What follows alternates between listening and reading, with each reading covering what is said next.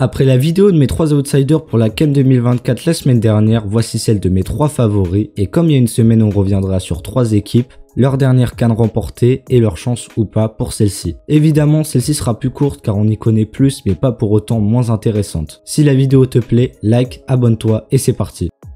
C'est en 2019, il n'y a pas si longtemps, que l'Algérie gagnait sa deuxième CAN. Le groupe C sera un sans faute pour l'équipe de Djamel Belmadi, gagnant même contre l'équipe du Sénégal du Sadio Mané Prime. Et là, petit raccourci vers la demi-finale face au Nigeria où l'Algérie va être tenue en échec 1-1, mais dans le temps additionnel, Riyad Mahrez va encore plus être la légende de son pays en marquant un coup franc qui envoie les Fennecs en finale de la Coupe d'Afrique des Nations. En finale, il recroise le chemin du Sénégal et c'est Aliou Cissé qui perd encore 1-0 face à Belmadi. L'Algérie est championne d'Afrique 29 ans après la génération Rabat Madjer. L'Algérie aura une envie de revanche sur le reste de l'Afrique après qu'elle est privée de la Coupe du Monde il y a un an et je trouve que l'effectif est meilleur qu'en 2019 même s'il n'y a pas beaucoup de joueurs qui ont changé. Mais il y a pas mal de jeunes qui se sont pas mal développés pour devenir vraiment des bons joueurs ou voire même presque des tauliers comme Ismaïl Benasser ou même Ben Sebaini. Mais leur vrai taulier restera Riyad Mahrez et je suis sûr qu'il va faire une grande CAN à l'inverse d'il y a 2 ans mais comme il y a 4 ans.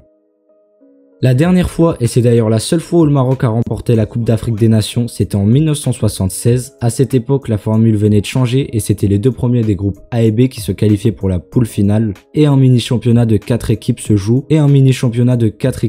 dans lequel le premier était sacré champion d'Afrique. Le Maroc finit premier de sa poule, la poule B, où ils font un match nul face au Soudan, avant de gagner face au Zaïre et au Nigeria qui leur permettront de finir à la première place du groupe. Dans la phase finale des 4 équipes, le Maroc, emmené par son capitaine avançante Ahmed Farras, remporte ses 3 matchs et est sacré championne d'Afrique après un match nul contre la Guinée. Le Maroc, pour moi, c'est les favoris vis-à-vis de ce qu'ils ont montré dans l'historique parcours en demi-finale de la Coupe du Monde 2022. Et au niveau de jeu, ils sont capables de très bien subir, mais de très bien contrer et de très bien avoir le ballon. L'effectif, il est aussi très bon, on va pas tout citer, mais il y a évidemment Hakim Ziyech, Youssef En-Nesyri, ce milieu temps technique étant complémentaire Amrabat ou Naï Amala et leur défense incroyablement solide, Saïs, El Yamik, Dari, Hakimi. J'ai pas cité Mazraoui car il est blessé.